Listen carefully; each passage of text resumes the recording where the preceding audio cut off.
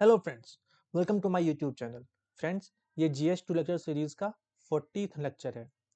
आज हम लोग इंडियन डायस्पोरा के बारे में पढ़ने वाले हैं। आशा है कि इससे पहले जो भी वीडियोज आए हैं उसको आप सब लोगों ने देख लिया है और उसके नोट्स भी बना लिए हैं। अगर आपने ऐसा नहीं किया है तो जाइए प्लेलिस्ट में GS2 नाम से एक प्लेलिस्ट बना हुआ है, उसको खोलिए। जो भी वीडियो नहीं देखे उसको देखिए और नोट्स बनाइए। अगर ये वीडियो सीरीज आपको थोड़ा भी फायदा कर रहा है, थोड़ा सा भी ज्ञान हो रहा है, तो इसको शेयर करना बिल्कुल मत भूलिएगा। साथ में ही सब्सक्राइब जरूर कर लीजिएगा चैनल को और लाइक और कमेंट करते रहिएगा। फ्रेंड्स, आइए शुरू करते हैं आज का लेक्चर। फ्रेंड्स, सबसे पहले जानते हैं इंडियन डायस्पोरा होता क्या है। देखिए, हिंदी में हम लोग कहते हैं ना प्रवासी भारतीय, ये वही है। ठीक है, तो प्रवासी भारतीय जो डायस्पोरा जो वर्ड है, ठीक है, डायस्पोरा डायस्पोरा का मीनिंग जो है वो क्या है, ये सबसे पहले समझिए कि diaspora are symbol of nations pride and represent their country internationally. कोई भी डायस्पोरा जो है उस कंट्री का प्राइड है, ठीक है, और ये उस कंट्री को इंटरनेशनली रिप्रेजेंट करने का काम करती है। ठीक है, दूसरी चीज, जो इंडियन डायस्पोरा जो है ये जेनरिक टर्म है, जनरल वे में इसको यूज करते हैं। ठीक है, which is use for addressing people who have migrated from the territories that are currently within the boundaries of India.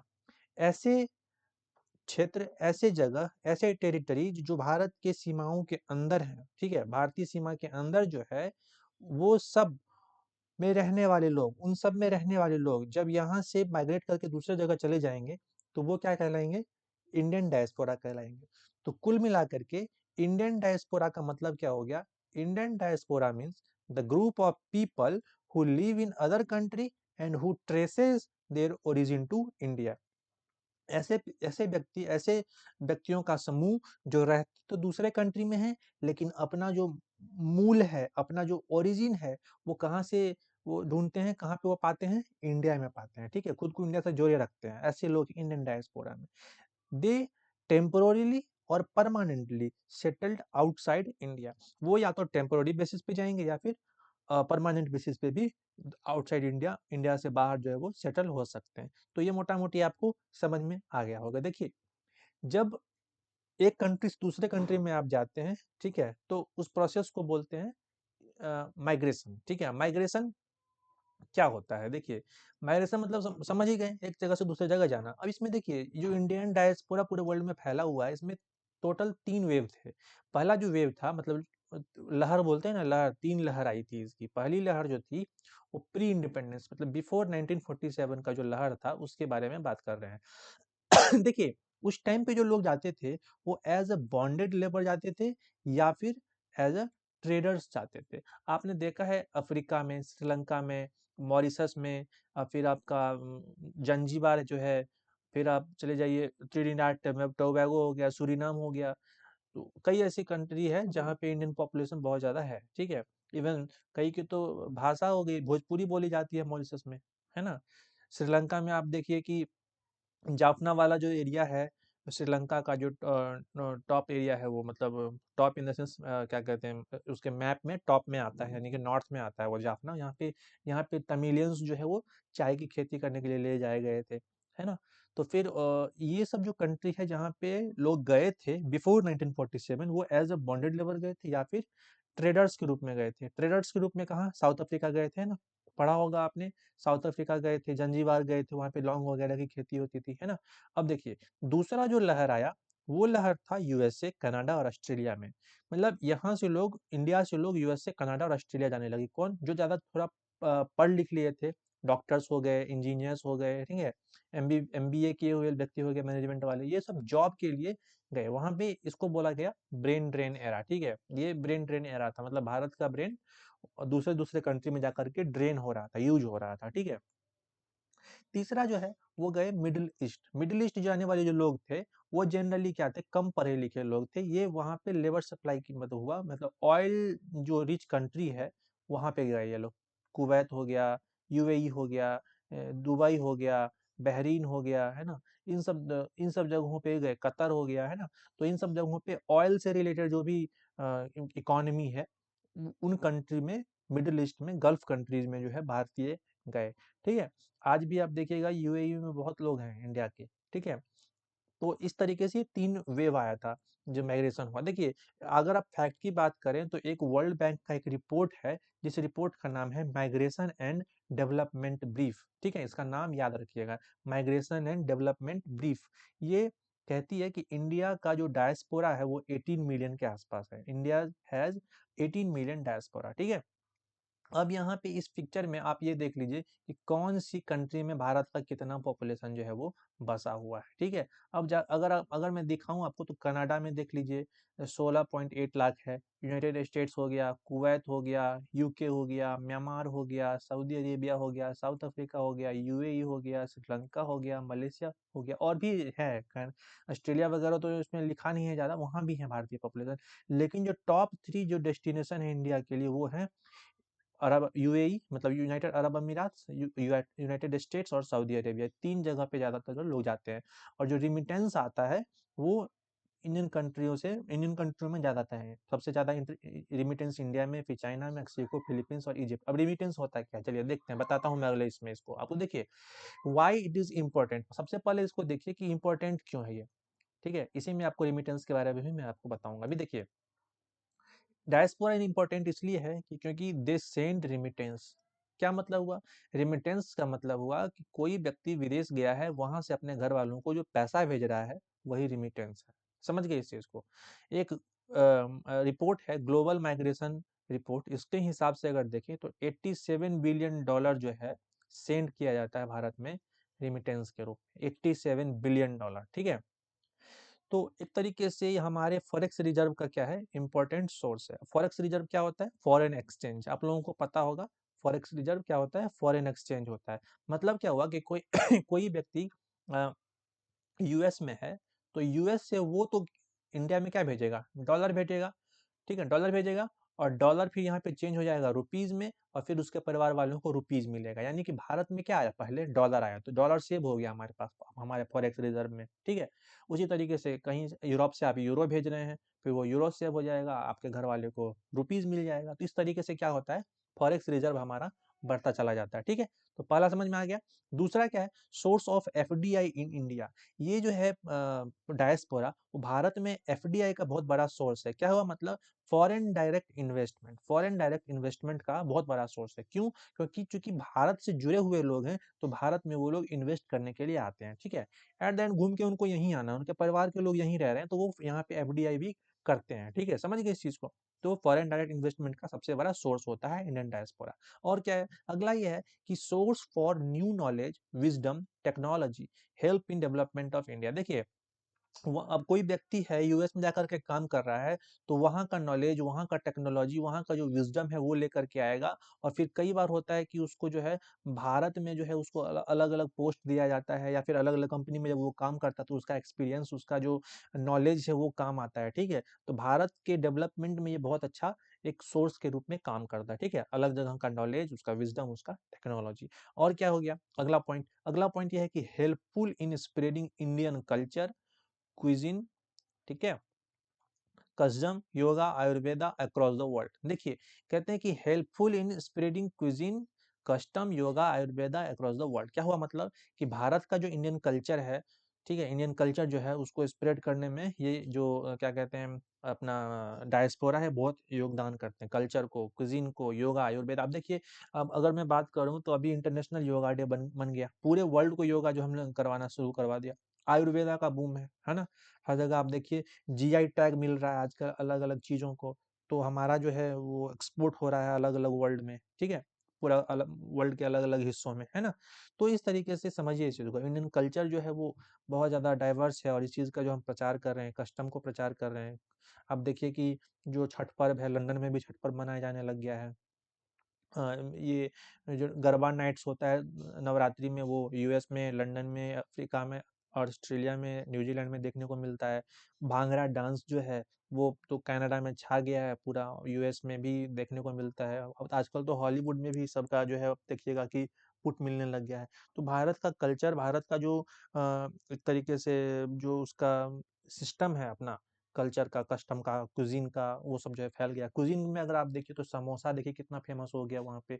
Special आप देखिए कि बिरयानी जो है वो बहुत ज़्यादा फ़ेमस हो गया है, हैदराबादी बिरयानी जो है वो, ठीक है? भारत का जो स्वीट्स हैं, मिठाई वगैरह, ठीक है? तो ये सब चीज़ जो है भारत का कल्चर जो है स्प्रेड हो रहा है अलग-अलग हिस्सों में, ठीक है? दुनिया के अलग-अलग हिस्सों में, तो ये समझ में आ गया होगा। देखिए अगला है helpful in strengthening ties with other countries.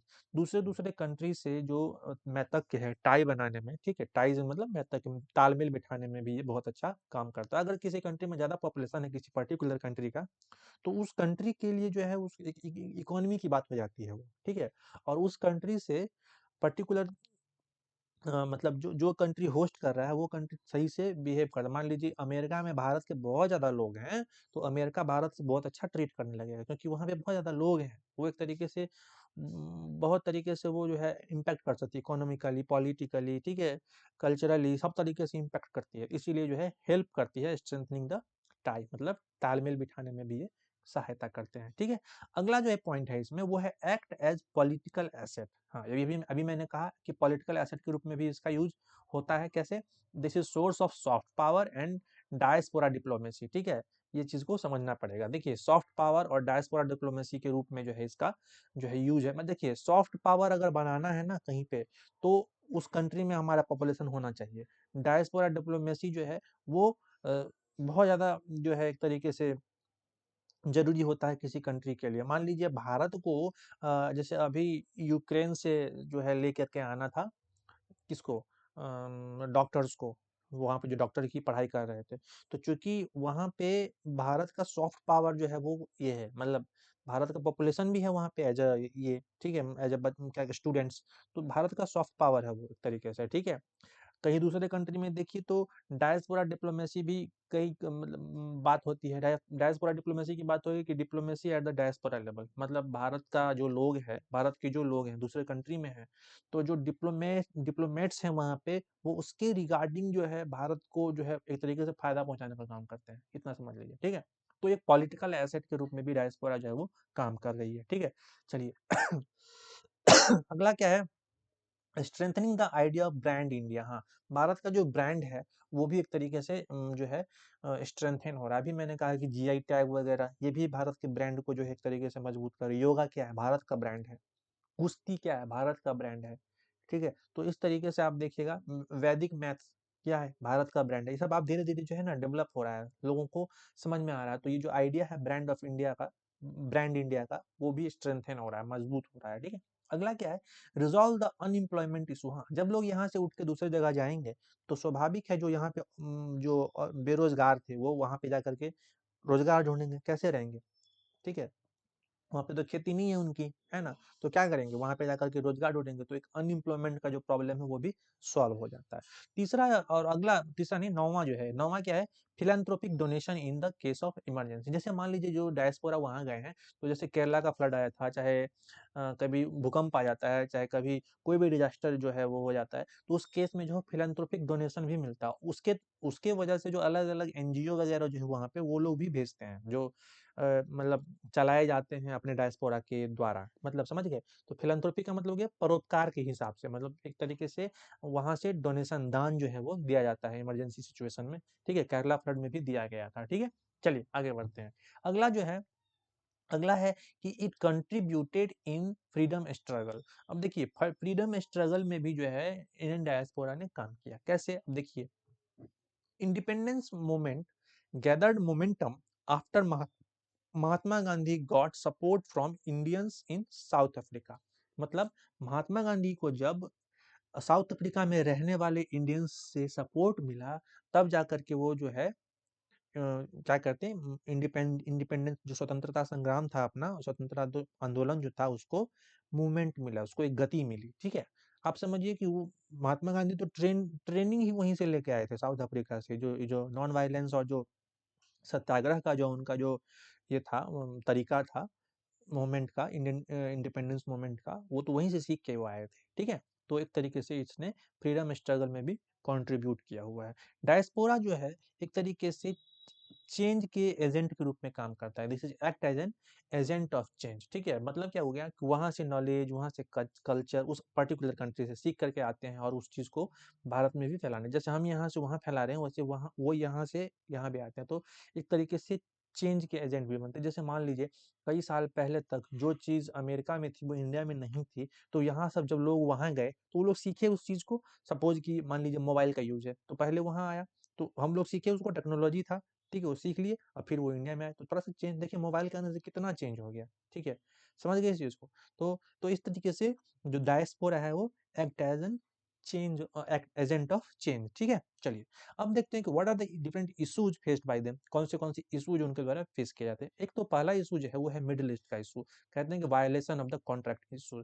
कुछ कॉन्ट्रैक्ट में जो है वो वायलेशन किया जाता है, जो भी कॉन्ट्रैक्ट उन पे बनाया जाता है वो उसका इशू है। कहते हैं कि हार्श वर्किंग कंडीशन, बोला कुछ जाता है करवाया कुछ जाता है, ठीक है।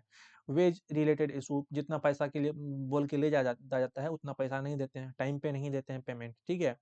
ठीक है, टैक्स के नाम पे बहुत काट लेते हैं, जबकि वो टैक्स भरना भी नहीं है उनको, फिर भी झूठ बोल करके, क्योंकि वो तो गरीब आदमी है ना। उसके अलावा जो पासपोर्ट कैप्चर इशू भी देखने को मिला है, जैसे ही आप उस कंट्री में, जनरली गल्फ कंट्री में देखा जाता है कि वहाँ उतरते हैं तो वहाँ से जो है आपका जो पासपोर्ट कैप्चर कर लेते हैं ताकि आप भाग ना जाए वहाँ से, तो आपको एक तरीके से बंधुआ मजदूर की तरह ट्रीट किया जा रहा है। तो ये सब इशू जो है मिडिल ईस्ट में देखने को मिला है। दूसरा है रेशियल एंटागोनिज्म। रेशियल एंटागोनिज्म में अमेरिकन कंट्रीज में जो है और ऑस्ट्रेलिया और यूरोप में, ठीक है, अटैक हुआ है यहाँ इंडियन, मतलब क्या कहते हैं इंडियंस पे, ठीक है। तो ये रेशियल एक तरीके से एंटागोनिज्म जो है वो देखा गया है। तीसरा है कि प्रोजेक्यूशन ऑफ माइनॉरिटी, जैसे आप जाफना वाले एरिया में जाइए तो वहाँ पे तमिल्स के साथ जो है श्रीलंका में जो है एट्रोसिटी होती है, प्रोजेक्यूशन होता है, उनके साथ अत्याचार किया जाता है, ठीक है। फिर आप पाकिस्तान में जाइए, वहाँ भी जो माइनॉरिटी है मेंबर है जो जनरली हिंदू कम्युनिटी से बिलोंग करती है, उनके साथ भी किया जाता है। हालांकि आप ऐसे क्लेम नहीं कर सकते, लेकिन न्यूज़ें न्यूज़ें आती हैं, ठीक है। तो भारत का डायस्पोरा दूसरे दूसरे जगह पे जो उनके साथ भी जो है वो प्रोसिक्यूशन देखा जाता है, क्योंकि वो माइनॉरिटी में है इसलिए, ठीक है, उस कंट्री के माइनॉरिटी में है इसलिए, ठीक है। तमिल में भी आपको याद होगा कि वो सिंगले वाला मुद्दा चलता है, तमिल और सिंगले वाला मुद्दा, ठीक है ना, सॉरी श्रीलंका में, है ना। तो वो मुद्दा जो है बहुत ज्यादा फोकस में रहता है, ठीक है। चलिए अगला जो पॉइंट है इसमें वो कहते हैं कि the cases of human trafficking leading to the vulnerable situation. हाँ, कई बार देखिए कि ह्यूमन ट्रैफिकिंग हो जाती है, स्पेशली जो चाइल्ड है, जो वुमन है उसको, ठीक है। अब ये चाइल्ड और वुमन को ट्रैफिकिंग करके जो है वो बहुत गलत काम कराया जाता है, ठीक है, जबरदस्ती कराई जाती है। तो इस तरीके से ये भी एक केस है, इशू है, ठीक है। और जो है अगला पॉइंट कहते हैं कि वेव ऑफ एंटी ग्लोबलाइजेशन। हाँ, एंटी ग्लोबलाइजेशन का एक लहर चल पड़ा है, जिसमें क्या करते हैं कि लोगों को ये मतलब डर हो गया है कि पर्टिकुलर कंट्री वाले हमारे कंट्री में आकर के हमारा जॉब खा जाएंगे। कहने के लिए मतलब भारत के लोग अगर यूएस जाते हैं तो यूएस वालों को डर हो जाता है कि भारतीय लोग आकर के जो है हमारा जॉब खा जाएंगे। ऑस्ट्रेलिया में भी यही देखने को मिला जा रहा है। तो एक तरीके से एंटी ग्लोबलाइजेशन का जो है वेव चलता चला जा रहा है, ठीक है। आपने देखा होगा कि भारत के कई ऐसे व्यक्ति हैं स्पेशली आईटी फील्ड में जो सीईओ बन के बैठे हुए हैं और उनके उन कंपनी में अच्छे अच्छे पोस्ट पे हैं, ठीक है। तो इन सब से क्या होता है एक्चुअली, यूएसए में या फिर ऑस्ट्रेलिया में, अलग अलग यूरोपियन कंट्रीज में फियर हो गया उनको जॉब को लेकर के, ठीक है। अब उनको ये नहीं पता है कि what is the reason behind it, why the people from India are leading the different companies, है ना। देखिए उसका बहुत सारा कारण है, तो नॉलेज सबसे बड़ा कारण है। दूसरा ये है कि चीप लेबर। अगर यूएस जितना नॉलेज आपको है और जितना उतना ही नॉलेज अगर किसी यूएस वाले बंदे को, तो यूएस वाला बंदा ज्यादा चार्ज करेगा, ठीक है। आप थोड़ा कम में भी कम कर दीजिएगा। ये इंडियन मेंटेलिटी है, हम लोगों को बचपन से ही सिखाया जाता है। तो एक ये भी उसका वजह होता है, ठीक है। तो ठीक है, तो इस तरीके से फियर हो गया है, मतलब यूएसए वालों में, ऑस्ट्रेलिया वालों में और दूसरे दूसरे कंट्री वालों में, ठीक है। तो ये वेव ऑफ एंटी ग्लोबलाइजेशन भी एक अलग इसमें इशू आता है, ठीक है, जो उनको फेस करना पड़ रहा है, ठीक है। चलिए अगला आता है प्रोटेक्शनिज्म। प्रोटेक्शनिज्म का जो है बहुत ज्यादा चर्चा था अभी थोड़े दिन पहले। H1 बी वीजा जो है वर्क परमिट के लिए जो है दिया जाता है अमेरिका के द्वारा, ठीक है। इसमें अमेरिका के द्वारा जो भी यूएसए जो मतलब रूल रेगुलेशन बनाया हुआ है वो बहुत ज्यादा स्ट्रिक्टर रूल है, बहुत जो है स्ट्रिक्ट वीजा रूल है भारतीय के लिए, स्पेशली आउटसाइडर के लिए, ठीक है। तो आप देखिएगा कि अभी हाल फिलहाल में न्यूज आई थी कि इसको थोड़ा हम इजी बनाएंगे करके, ठीक है। तो ये प्रोटेक्शनिज्म का है, ठीक है। कहते हैं ना अमेरिका फर्स्ट, तो क्या मतलब जो अमेरिकन है उसी को सब कुछ दे दो, ठीक है? तो कहने का मतलब यहाँ पे ये है। तो प्रोटेक्शनिज्म की जो टेंडेंसी है सिर्फ अमेरिका में ही नहीं मैं कह रहा हूँ, अलग-अलग पार्ट ऑफ द वर्ल्ड में भी जहाँ पे इंडियन डायस्पोरा रहती है वहाँ पे देखने को मिला है, ठीक है? तो ये भी एक मुद्दा है जो फेस करना पड़ता है। अगला जो बहुत इंपॉर्टेंट है वो है टेररिज्म। जैसे सेक्टोरियन क्राइसिस हो गया, ये increase in terrorist activity in the middle east affect Indian diaspora. अब देखिए इंडियन डायस्पोरा को जो टेररिज्म की वजह से भी जो है अफेक्ट होना पड़ रहा है। जैसे अभी आप देखिए कि वॉर चल रहा है आपका गाजा इसराइल के बीच में, है ना? तो वहाँ पे देखिए कि 3 तरफ से जो है वो जो लड़ाई कर रहे हैं सब टेररिस्ट ग्रुप है। यहाँ गाजा से देख लीजिए कि हमास लड़ रहा है, वो भी टेररिस्ट है। लेबनान से हिजबुल्लाह लड़ रहा है, वो भी टेररिस्ट है। यमन वाले एरिया से हूती लड़ रहे हैं, वो भी टेररिस्ट हैं।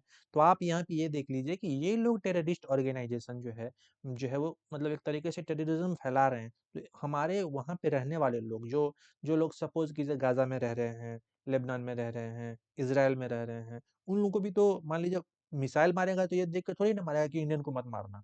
मर तो सकते हैं ना, भारतीय भी मर सकते हैं, भारतीयों को भी कैजुअलिटी हो सकती है। अभी थोड़े दिन पहले देखिएगा कि मर्डर हो गया 2-3 लड़के का, कनाडा में पढ़ने के लिए गए थे, न्यूज़ आई थी, है ना? तो ये आप देखिए कि जो सेक्टरियन क्राइसिस है वो इंक्रीज़ हो रहा है, टेररिज्म जो है वो इंक्रीज़ हो रहा है, तो ये भी एक जो है वो फेस करना पड़ रहा है, मतलब एक मुद्दा, ठीक है? चलिए, अगला जो पॉइंट है वो है कि पॉलिटिकल पोलराइज़ेशन देखने को मिल रहा है, ठीक है? ये इश्यू है। मतलब ये हुआ कई ऐसे इंडियन हैं जो अब्रॉड जब जाते हैं तो वहाँ से अगेंस्ट इंडिया हो जाते हैं। ठीक है? क्योंकि गवर्नमेंट का चेंज होने की वजह से वो क्या होते हैं?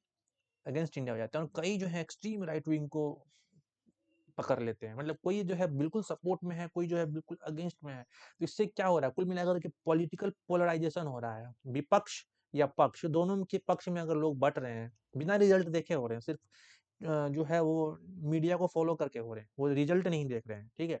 अब अगर विदेश की मीडिया है वो भारत को कैसे दिखा रही है वो तो उन पे डिपेंड करता है, ठीक है? रिलेशन पे डिपेंड करता है उन दोनों कंट्री के। तो इससे जो है क्या होता है एक तरीके से पॉलिटिकल पोलराइज़ेशन भी हो जाता है। और अगला जो पॉइंट इसमें आता है वो है कि एंटी नेशनल टेंडेंसी ये भी देखने को मिली है। बहुत ज़्यादा इंपॉर्टेंट पॉइंट है, ध्यान से देखिएगा, इससे एग्जाम में क्वेश्चन भी आ सकते हैं। ये एंटी नेशनल टेंडेंसी जो है देखा गया है कि नेगेटिव कैंपेनिंग की जाती है भारत के बारे में। नेगेटिव कैंपेनिंग अभी आप देखिए पाकिस्तान जब भी जाता है कहीं पे तो भारत के बारे में नेगेटिव कैंपेनिंग करता है कि भारत में जो है कश्मीर में जो है ह्यूमन वायलेशन होता है, ह्यूमन राइट्स का वायलेशन होता है। तुर्की जो है उसका सपोर्ट करता है कई बार, है ना? तो आप देखिए कि नेगेटिव कैंपेनिंग की जाती है कुछ कंट्रियों के द्वारा भारत के अगेंस्ट में। फिर आप देखिए कि अभी फॉरेन फंडिंग जो दिया जाता है सेपरेटिस्ट मूवमेंट को, अभी खालिस्तान मूवमेंट फिर से जोरों पे पकड़ लिया है ना? देखिएगा कि अभी थोड़े दिन पहले जो है अमृतपाल समथिंग उनका नाम था, उनको जो है क्या कहते हैं अरेस्ट कर लिया गया, है ना? वो कौन थे? वो कौन थे? वो खालिस्तान मूवमेंट को सपोर्ट कर रहे थे, इसीलिए उनको जो है वो पुलिस ने अरेस्ट कर लिया। अब आप देखिए कि जब फंडिंग कर रहे हैं कोई सेपरेटिस्ट मूवमेंट को फंडिंग कर रहा है, अब कनाडा से हो रहा है या कहाँ से हो रहा है, दूसरे-दूसरे कंट्री से भी हो सकता है। तो कोई भी कंट्री से हो, ऑस्ट्रेलिया से हो, कनाडा से हो, यूएस से हो, लंदन से हो, कहीं से भी हो, तो अब आप इस चीज़ को ध समझिए कि अगर फॉरेन फंडिंग होगा हमारे कंट्री को बर्बाद करने के लिए, तो ये एक एंटी नेशनल टेंडेंसी है, ठीक है? तो सेपरेटिस्ट जो भी लोग हैं, उनको तो बख्शा नहीं जाना चाहिए ना। तो ये भी एक मुद्दा देखने को मिलता है, खालिस्तान मूवमेंट जो है अभी चल रहा है, इस पे थोड़ा-सा नज़र बनाए रखिएगा, जब भी न्यूज़ आएगा इससे रिलेटेड, उसको ध्यान से देखिएगा, ठीक है? एग्ज़ाम में क्वेश्चन आ सकता है। चलिए, आगे बढ़ते हैं। अगला जो पॉइंट है, वो पॉइंट है किसका? Evacuation difficulties in current Russia Ukraine war and कोविड-19 देखने को मिला है ये चीज़, इवैक्यूएशन प्रोसेस में भी देरी होती है। जैसे एक अच्छा ये बताइए कि रशिया यूक्रेन वॉर जो हो रहा है, उसमें आप देखिएगा कि भारत के जो बच्चे थे, जो यूक्रेन में एमबीबीएस की पढ़ाई कर रहे थे, उनको निकालने के लिए एक ऑपरेशन चलाया गया था। उस ऑपरेशन का कुछ नाम था, ठीक है? ठीक है? उस ऑपरेशन का नाम जो है आप कमेंट बॉक्स में लिखिए। नहीं आता है तो ढूँढ या नहीं ढूँढ सकते हैं तो गंगा में डुबकी लगा लीजिए, ठीक है? तो इस ऑपरेशन का नाम ज़रूर लिखिएगा कमेंट बॉक्स में। चलिए आगे बढ़ते हैं। कोविड-19 में भी जो है इवैक्यूएशन प्रोसेस में दिक्कत हुई थी। इवैक्यूएशन समझते हैं ना? कि वहाँ से लोगों को निकाल कर के लेके आना, ठीक है? अब देखिए अगला जो है ब्रेन ड्रेन, इसकी चर्चा हम भाई कई बार कर चुके हैं कि डायस्पोरा जो है वो जाती तो है भारत से बाहर, लेकिन वहीं पे बस जाएगी अगर, तो भारत का ब्रेन क्या हो रहा है, ड्रेन हो रहा है वहाँ पे। सब कुछ हमने सिखाया, सब हम मतलब मूलतः आप हमसे जुड़े हुए लोग काम किसी और के लिए कर रहे हो और परमानेंटली बहुत लंबे पीरियड के लिए कर रहे हो, तो इससे क्या हो रहा है कि भारत का जो टैलेंट है, भारत का जो ब्रेन है, वहाँ जाकर के जो यूज हो रहा है, वहाँ जाकर ये ड्रेन हो रहा है, तो भारत अपने टैलेंट को सही से यूज नहीं कर पा रहा, तो ये भी एक इशू जो है वो देखने को मिलता है।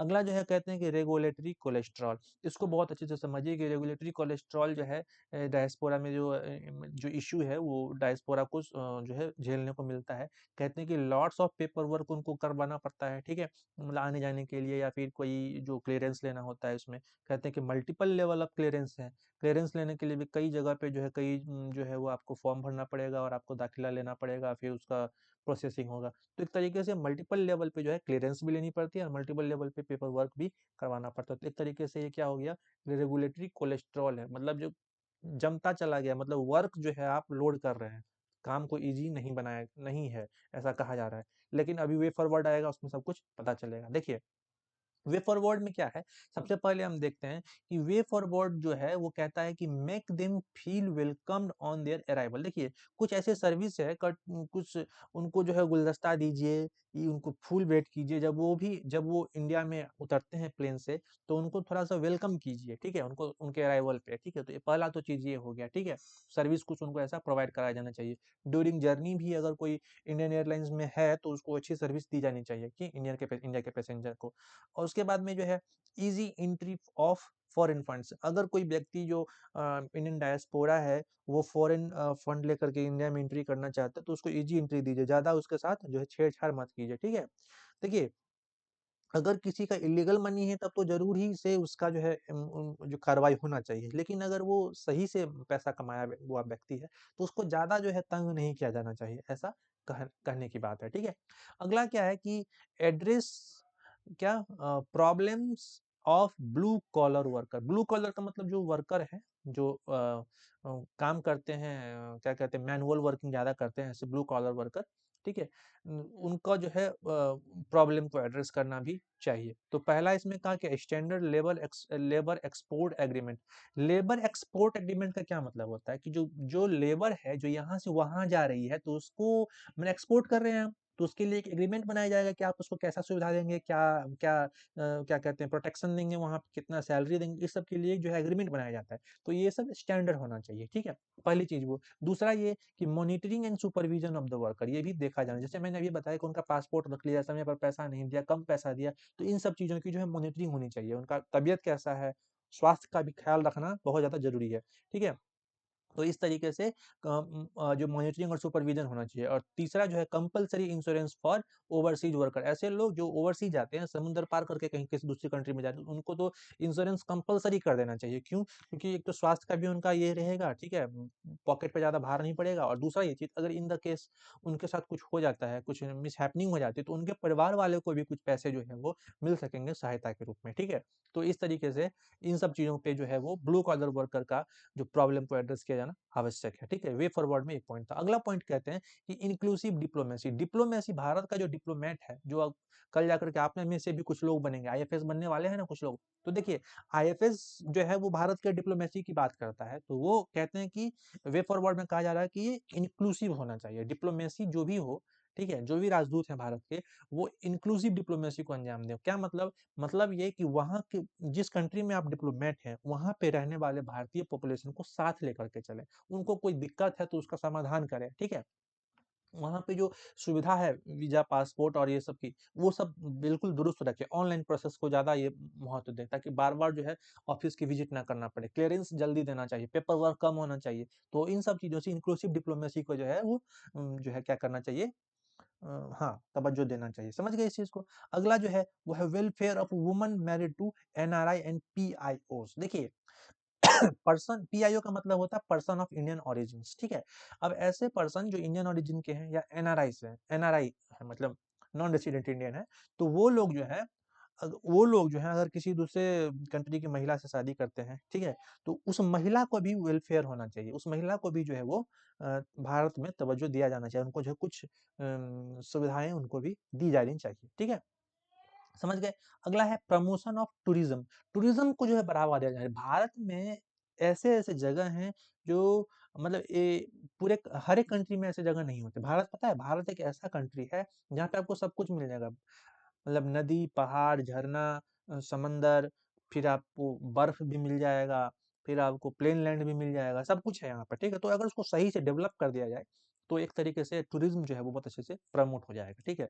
स्पेशली भारत का नेचर जो है वो देखने लायक है, स्पेशली रिलीजन के पर्पज से, ठीक है?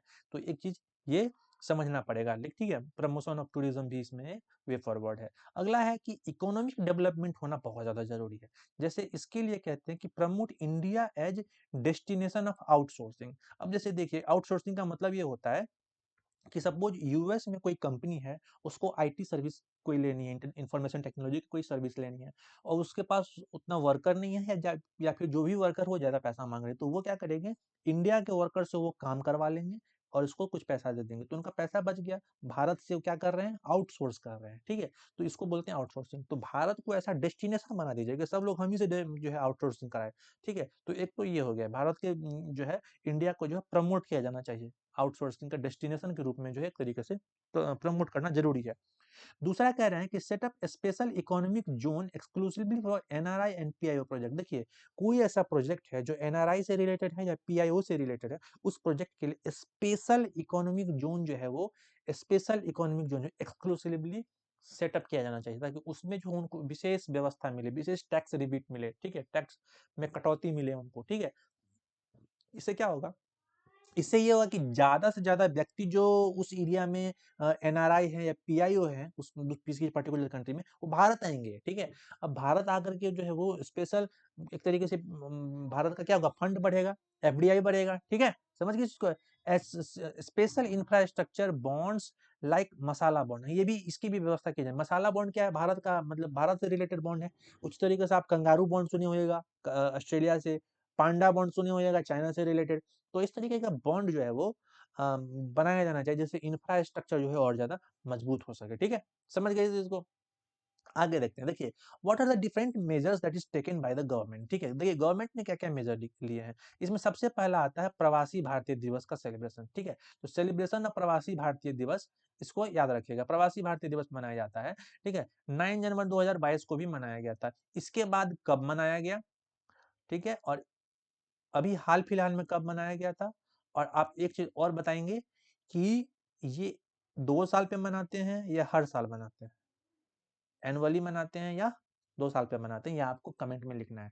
इससे पहले कब मनाया गया था, 2022 के बाद कब मनाया गया, और अभी मतलब 2 साल पे मनाया जाता है, 1 साल पे मनाया जाता है, ये आप कमेंट बॉक्स में लिखना, ठीक है? चलिए आगे देखते हैं कि एक और व्यवस्था है भारतीय सम्मान अवार्ड। एक अवार्ड दिया जाता है किसको, एनआरआई को और ओसीआई को, ठीक है? ओसीआई तो समझते हैं ना, ओसीआई का फुल फॉर्म जरा कमेंट बॉक्स में लिख दीजिएगा, ठीक है? आपको मिल जाएगा लक्ष्मीकांत के बुक में, सिटीजनशिप वाला चैप्टर पढ़िएगा, वहां मिलेगा, ठीक है? चलिए, तो ये given to NRI and OCI क्यों दिया जाता है, जिन्होंने कंट्रीब्यूट किया है भारत के डेवलपमेंट में, उनको जो है वो ऐसे एनआरआई ऐसे ओसीआई को जो है ये चीज दिया जाता है, ठीक है? तो who contributed to the development of India, they got what, Bharatiya Samman award. चलिए, अगला जो पॉइंट है वो आता है नो इंडिया प्रोग्राम। ये एक प्रोग्राम है, मतलब इसमें क्या करते हैं, 18 से 30 साल के जो बच्चे हैं, बच्चे इन द सेंस कि यूथ जो है, सेकेंड जनरेशन जो यूथ है, उनको भारत लाया जाता है, bring back to the second generation youth to India, जिससे कि वो रियल इंडिया को देख सकें और साथ में ही जो है भारत के प्रति उनका इमोशन जो है वो डेवलप हो सके, ठीक है? इससे क्या होगा, they can establish link to India, उनका जो है भारत से एक लिंक बन जाएगा, एक कनेक्शन बन जाएगा, और वो भारत के डेवलपमेंट में भी कंट्रीब्यूट कर सकेंगे, ठीक है? ये चीज समझ में आ गई आपको? अगला कहते हैं कि जो इंडियन डायस्पोरा है अलग अलग कंट्री में, उनको स्कॉलरशिप भी, उनके बच्चों को जो है स्कॉलरशिप प्रोग्राम में जो है इनरोल करने की व्यवस्था की गई है, मतलब उनके उनके चिल्ड्रंस को स्कॉलरशिप भी दिए जाने की व्यवस्था सरकार ने की है, ठीक है? अगला कहते हैं कि दे इंश्योर्ड ई वीजा फैसिलिटी, ठीक है? मतलब जो भी इंडियन डायस्पोरा है, उनको वीजा जो है वो इलेक्ट्रॉनिकली मिल जाएगा, ठीक है। Smoothening and the image immigration and visa procedure, मैंने अभी कहा था इमिग्रेशन और वीजा प्रोसीजर को इन्होंने स्मूथ करने का काम किया है। ऑनलाइन जो है वो लोग ज्यादा फैसिलिटी प्रोवाइड कराने लग गए हैं। अब ये भी एक पॉइंट आपको याद रखना है। अगला कहते हैं कि merge the ministry of overseas Indians with ministry of external affair. तो ये मिनिस्ट्री ऑफ ओवरसीज को मिनिस्ट्री ऑफ एक्सटर्नल अफेयर्स के साथ में जो है वो मिला दिया गया है, ठीक है। To reduce the dual regulation, इससे क्या होगा, दो मतलब जो दोबारा जो काम करना पड़ता था, चाहे जो दोबारा रेगुलेशन जो होती थी उससे उसको कम किया जा सकता है। इसी तरीके से पीआईओ जो है और ओसीआई जो है इसको भी मर्ज कर दिया गया है, जिससे कि काम जो है वो इजी हो जाए, डुअल रेगुलेशन ना हो, ठीक है, और इजी सर्विस प्रोवाइड किया जा सके, ठीक है। चलिए अगला जो है वो है कि reservation of the seat in education, ठीक है। रिजर्वेशन दिया जाता है किसमें, जो एनआरआई के बच्चे हैं उनके बच्चों में, एनआरआई के बच्चों को सीट रिजर्व मिलता है मेडिकल में, इंजीनियरिंग में, चाहे अदर प्रोफेशनल जो कोर्स हैं उसमें, ठीक है। इसके अलावा एक स्टडी इंडिया प्रोग्राम भी है, मतलब बाहर के रहने वाले लोग भारत में आकर के पढ़े तो उनके लिए स्टडी इंडिया प्रोग्राम भी है एनआरआई लोगों के लिए, ठीक है। इसके अलावा एक और चीज है कि they are easing the passport facility, passport के फैसिलिटी को भी ये लोग ईजिंग कर रहे हैं, इजी कर रहे हैं, ठीक है। मतलब कैसे कि एक तरीके से कि जो हेड पोस्ट ऑफिस है उसको पासपोर्ट सेंटर के रूप में जो है वो लॉन्च किया जा रहा है, जिससे क्या हो रहा है, ज्यादा से ज्यादा लोगों तक जो है पहुंच बढ़ती चली जा रही है, ठीक है। तो कुल मिलाकर के इतना पॉइंट आपको समझ में आ गया होगा। चलिए अगला जो इसमें पॉइंट है वो है मिनिमम रेफरल वेजेस। ये क्या है, एक पॉलिसी है to protect the interest of Indians in abroad, ठीक है। देखिए भारत के लोग जो अब्रॉड में रहते हैं उनको उनको प्रोटेक्ट करने के लिए पॉलिसी बनाई है, उसको बोलते हैं मिनिमम रेफरल वेजेस। मतलब एक क्या कहेंगे, मिनिमम वेज फिक्स कर दिया है, इतना वेज उनको मिलेगा, ठीक है। रेफरल है एक तरीके से, इसको रेफर करके ही जो है वो क्या कहते हैं, मतलब वेज डिसाइड होना चाहिए, मतलब उतना कहने का मतलब ये है कि उनको उतना वेज जो है वो मिलना चाहिए। तो ये मिनिमम रेफरल वेज याद रखिएगा, this is the policy to protect the interest of Indian abroad, ठीक है।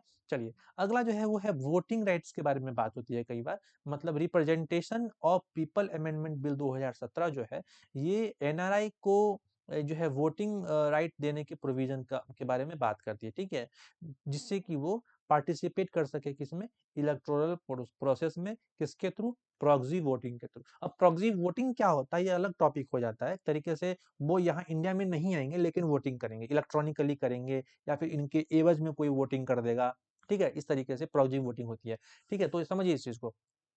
तो अब एनआरआई को पार्टिसिपेट करने की व्यवस्था की जा रही है ताकि वो इलेक्टोरल प्रोसेस में जो है पार्टिसिपेट कर सके प्रॉक्सी वोटिंग के तहत। तो ये भी एक तरीके से जो है एक वोटिंग राइट्स की व्यवस्था की गई है, ये भी एक वे फॉरवर्ड है, ठीक है। ये याद रखिएगा, representation of people amendment bill 2017 में इसकी चर्चा की गई थी, ठीक है। तो इसकी भी बात हो रही है, अभी अभी हुआ नहीं है पूरी तरीके से, बात चल रही है, ठीक है। चलिए एक आता है कि बज्रा नाम से एक इनिशिएटिव है, इसका फुल फॉर्म है visiting advanced joint research faculty. क्या हुआ इसका मतलब, इसका मतलब ये होता है, देखिए नाम क्या है कि एडवांस्ड ज्वाइंट रिसर्च फैकल्टी, मतलब ऐसे व्यक्ति, ऐसी फैकल्टी, ठीक है, जो टॉप एनआरआई हैं, ठीक है, साइंटिस्ट हैं, इंजीनियर्स हैं, डॉक्टर्स हैं, मैनेजर्स हैं, प्रोफेशनल हैं, किसी भी तरीके से वो मतलब अच्छे क्या कहते हैं ज्ञान वाले व्यक्ति हैं लेकिन एनआरआई हैं, तो उनको जो है भारत की जो अलग अलग पब्लिक सेक्टर है, पब्लिक सेक्टर ऑर्गेनाइजेशंस है, उसमें उनको भेजा जाएगा शॉर्ट पीरियड के लिए।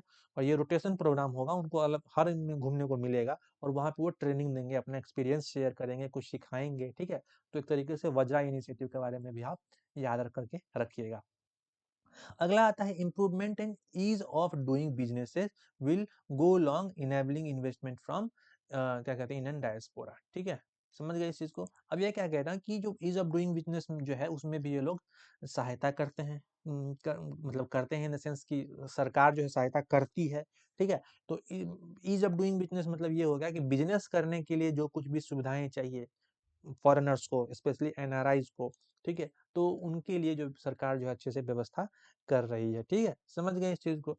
चलिए तो इतना तो आप समझ गए होइएगा, लेकिन कुछ ऐसे इनिशिएटिव हैं जो बहुत हाल फिलहाल में लिए गए हैं।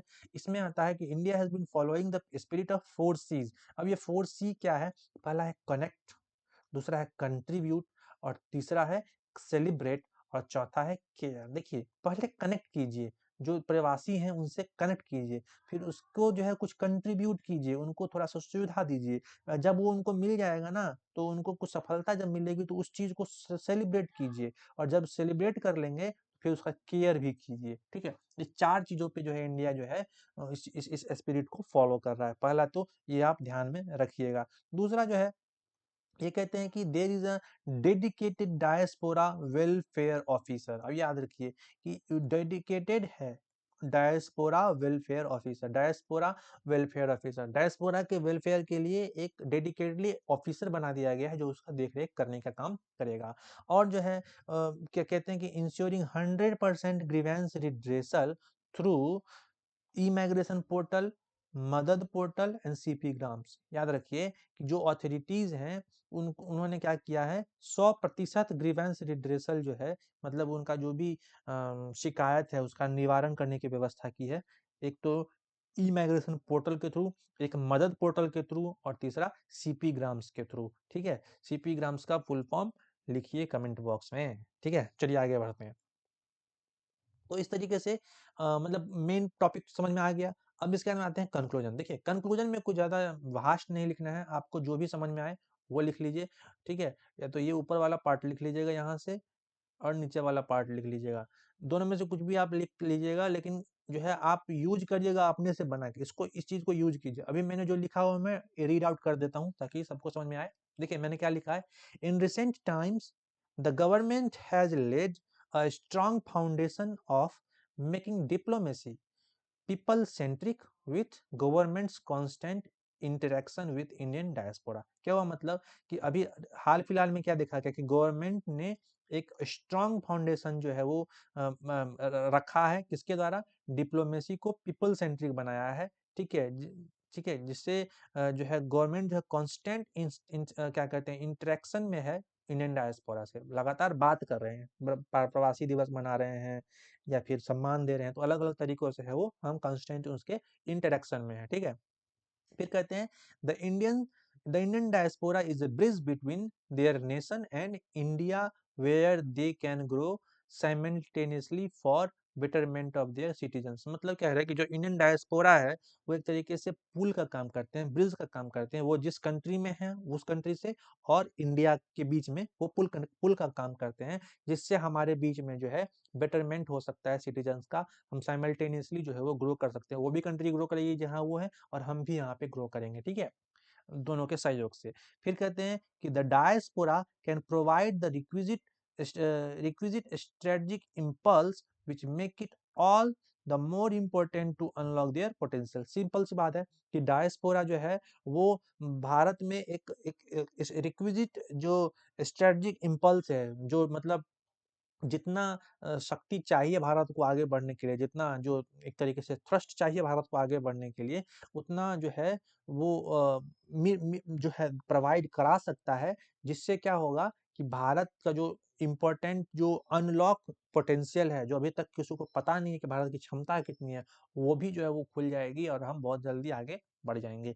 अगर आपको ये सब याद रहता है तो ये लिखिए, लिख जरूर लीजिएगा जरूर से। ठीक है, वीडियो पॉज करके नोट्स तो जरूर ही बना लीजिएगा। ठीक है, और कंक्लूजन में कुछ नहीं आएगा समझ, तो ये नीचे वाला पार्ट जो है वो लिख देना कि if India wants to be the self sufficient to achieve the target of 5 trillion economy, $5 trillion economy and विश्व गुरु। ठीक है, target of 5 trillion economy and विश्व गुरु, we have to use the knowledge of skills and talent for the development of India। ठीक है, अब समझिए इस चीज को, क्या we what we have to do, we have to use their knowledge, मतलब किसके, इंडियन डायस्पोरा जो लोग हैं उनके नॉलेज, उनकी स्किल, उनके टैलेंट को यूज करने से इंडिया का जो है डेवलपमेंट तेज हो जाएगा।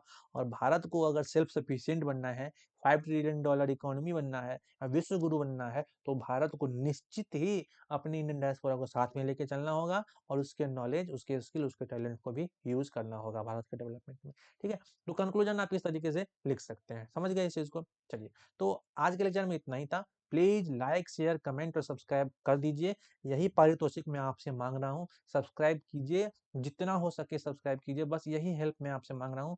वीडियो देखिए और उसको सब्सक्राइब करना बिल्कुल मत भूलिए। साथ में ही do not forget to join our Telegram group. इस क्यूआर कोड को स्कैन कर लीजिए और टेलीग्राम ग्रुप को ज्वाइन कीजिए, नहीं तो फिर मैं डिस्क्रिप्शन बॉक्स में भी दे दूंगा, उसको भी आप ज्वाइन कर सकते हैं। ठीक है, धीरे धीरे सारे क्या कहते हैं सोशल मीडिया पे मैं आ जाऊंगा, थोड़ा सा पॉपुलैरिटी हो जाए और तो मैं सब जगह आपको दिखने लगूंगा। ठीक है, तो रीच जो करना है आप लोगों का इस चैनल पे वो इजी हो जाएगा, समझ गए। तो आज के लेक्चर में इतना ही था, बस टेक केयर, बाय बाय, पढ़ते रहिए, बढ़ते रहिए, all the very best for the future, take care.